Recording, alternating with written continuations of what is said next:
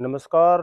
राम राम प्यारे किसान भाइयों। किसान पाठशाला चैनल में सभी किसान भाइयों का स्वागत है। किसान भाइयों, ये जो समय चल रहा है, गेहूं फसल की बुआई का समय चल रहा है। इस वीडियो के अंतर्गत हम गेहूं फसल के बारे में बात करेंगे। गेहूं फसल की बात करें तो किसान भाइयों, इस फसल की वैरायटियों को हम तीन भागों में बांट सकते हैं। प्रथम है अगेती प्रजातियां, दूसरी है मध्यम, तीसरी है जहां लेट बुआई होती है, लेट प्रजातियां।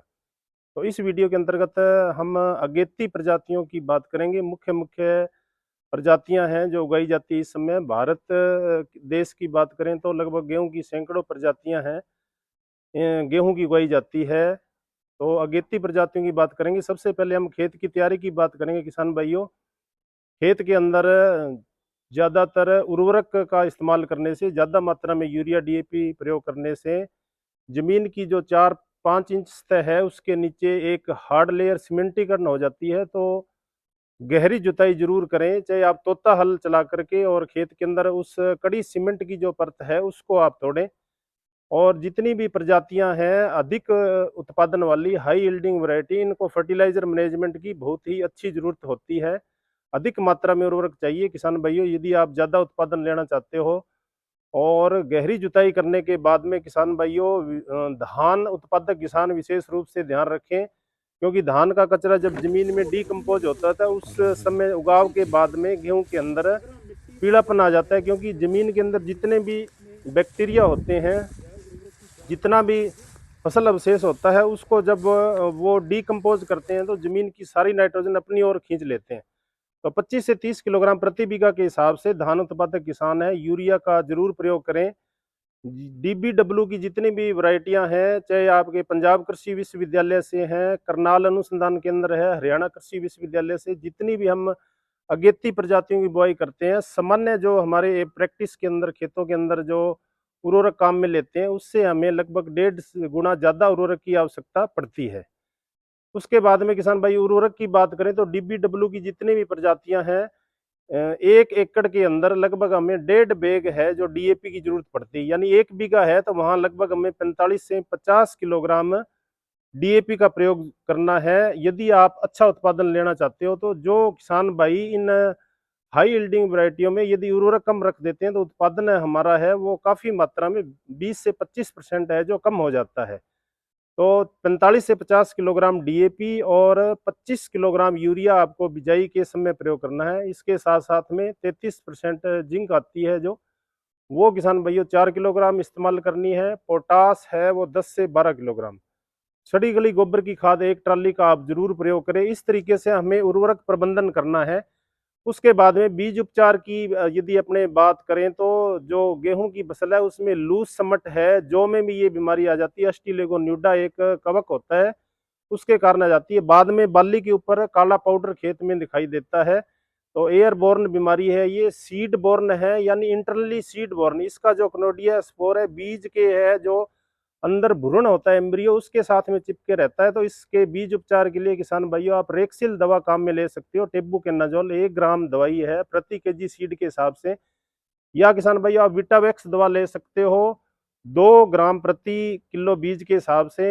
या कार्बेडिजम पाउडर भी ले सकते हो। तो इन तीनों दवाओं में से कोई एक दवा आपको बीज उपचार के लिए लेनी है। बेहतरीन परिणाम के लिए रेक्सिल दवा है जो 1 ग्राम प्रति केजी हिसाब से आप बीज उपचार करोगे तो अच्छे परिणाम मिलेंगे। आगे आपके खेत में लूज समट है जो दिखाई नहीं देगा। उसके बाद में हमारे जमीन के अंदर जो बैक्टीरिया होती है उसकी संख्या बढ़ाने के लिए नाइट्रोजन का सही उपभोग हो तो एजेक्टोबैक्टर आप कल्चर काम में ले सकते हो। 200 ग्राम का पैकेट है वो 40 किलो बीज के साथ में आप लगा सकते हो। इसके साथ साथ में किसान भाइयों आप माइक्रोराइजा का प्रयोग करें जो अघुलनशील फास्फोरस जमीन में पड़ा रहता है, जो हमारे कैपिलरी वेन है, छोटे छोटे सूक्ष्म रंध्र होते हैं, उसको ब्लॉक कर देता है। तो माइक्रोराइजा 4 से 5 किलो प्रति बीघा आप इस्तेमाल करें। सीड रेट की अपने बात करें तो जितनी भी ये हाई यील्डिंग वैरायटियां हैं या अगेती प्रजाति है, इनमें 40 किलोग्राम बीज है वो प्रति एकड़ हमें इस्तेमाल करना है। वैरायटियों की बात करें तो टॉप वैरायटियां हैं जो इस समय किसान भाई 1 नवंबर से लेकर के और 10 नवंबर तक बिजाई कर सकते हैं। 10 नवंबर के बाद यदि इन वैरायटियों की आप बुआई करते हैं तो किसान भाई उत्पादन है वो धीरे धीरे है जो कम होना शुरू हो जाता है। सबसे अधिक उत्पादन देने वाली वैरायटी की बात करें तो किसान भाइयों पंजाब कृषि विश्वविद्यालय से निकली हुई है PBW 872। ये भी अच्छा उत्पादन देती है। अच्छी पैकेज और प्रैक्टिस यदि काम में लेते हो तो लगभग 85 से 90 मन है प्रति एकड़ इसका झाड़ हो जाता है। उसके बाद दूसरी प्रजाति की बात करें तो हरियाणा कृषि विश्वविद्यालय से वर्ष 2021-22 के अंदर लॉन्च हुई है WH 1270। ये भी अच्छा उत्पादन देती है। DBW वैरायटी जो करनाल से निकली है उनकी बात करें तो DBW 187 की बुआई कर सकते हो। DBW 303 की आप बुआई कर सकते हो। DBW 222 है। DBW 327 है। DBW 370 है। DBW 371 है। DBW 372 है। इन हाई यील्डिंग वैरायटियों से किसान भाइयों यदि आप ज्यादा उत्पादन लेना चाहते हो तो दो कृषि क्रियाएं हमें महत्वपूर्ण ध्यान रखनी है। एक तो फर्टिलाइजर मैनेजमेंट हमें अच्छा करना है। इसके साथ साथ में किसान भाइयों ये वैरायटियां इनमें हाइट ज्यादा हो जाती है तो लोजिंग न हो। जब हमारी क्रॉप है 50 से 55 दिनों की हो यानी तना गांठ बनते समय लेट जॉइंटिंग स्टेज बोलते हैं, उस समय आप क्लोरमीक्वाट दवा आती है लियोसिन 400 ml 200 लीटर पानी में मिला के साथ साथ में उसके साथ 200 ml टेबुकेनाजोल मिला करके 50 से 55 दिनों में आपको स्प्रे करनी है ताकि उसकी हाइट है वो ज्यादा न हो। यदि हाइट इस क्रॉप की ज्यादा हो जाती है तो बाद में लॉजिंग की समस्या आ जाती है, फसल गिर जाती है तथा उत्पादन है जो कम हो जाता है। उसके बाद में जब हमारी क्रॉप है 85 दिन की हो यानी फ्लैग लीफ निकलना स्टार्ट हो जाए झंडा पत्ती, उस समय भी आप क्लोरमी क्वाट जो दवा है लियोसिन दवा 400 ml और साथ में टेबुकेनाजोल 200 ml ये दोनों मिला करके इसकी दो स्प्रे यदि आप कर लेते हो और फर्टिलाइजर सामान्य वैरायटियों से 1.5 गुना डालते हो, इसी तरीके से यूरिया की मात्रा भी आपको सामान्य प्रजातियों से 1.5 गुना प्रयोग करनी है। प्रथम सिंचाई के समय यूरिया का प्रयोग करें, दूसरी सिंचाई के समय और यूरिया की मात्रा जब आप पूरी कर लेते हो, DAP की मात्रा पूरी हो जाती है तो उत्पादन हमें अच्छा मिलता है। इसके साथ साथ में किसान भाइयों इन वैरायटियों में जो मुख्य ध्यान रखने वाली बात है पोषक तत्व मैनेजमेंट जितना अच्छा रखेंगे तो हाई यील्डिंग वैरायटियां हैं ये हमें उपज है जो अच्छी देगी।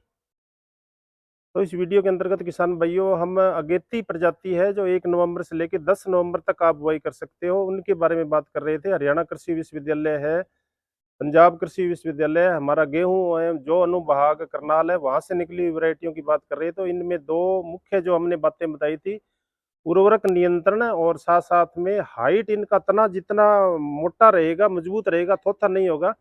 55 दिनों की फसल के ऊपर यदि आप लियोसिन दवा और टेबुकेनाजोल स्प्रे करते हो उसके बाद में हमने बताया था लगभग 85 दिन की क्रॉप हो फ्लैग लीफ बनते समय इन दोनों दवाओं का यदि आप स्प्रे कर लेते हो तो हाइट है इसकी तना है वो बांस की तरह मोटा हो जाएगा, गन्ने की तरह मोटा हो जाएगा और लॉजिंग की समस्या नहीं आएगी, उत्पादन हमें अच्छा मिलेगा। तो वीडियो आपको कैसा लगा किसान भाइयों ज़्यादा से ज़्यादा लाइक करें, शेयर करें, चैनल को सब्सक्राइब करें और दूसरे किसानों तक वीडियो को पहुंचाएं। नमस्कार जी, धन्यवाद।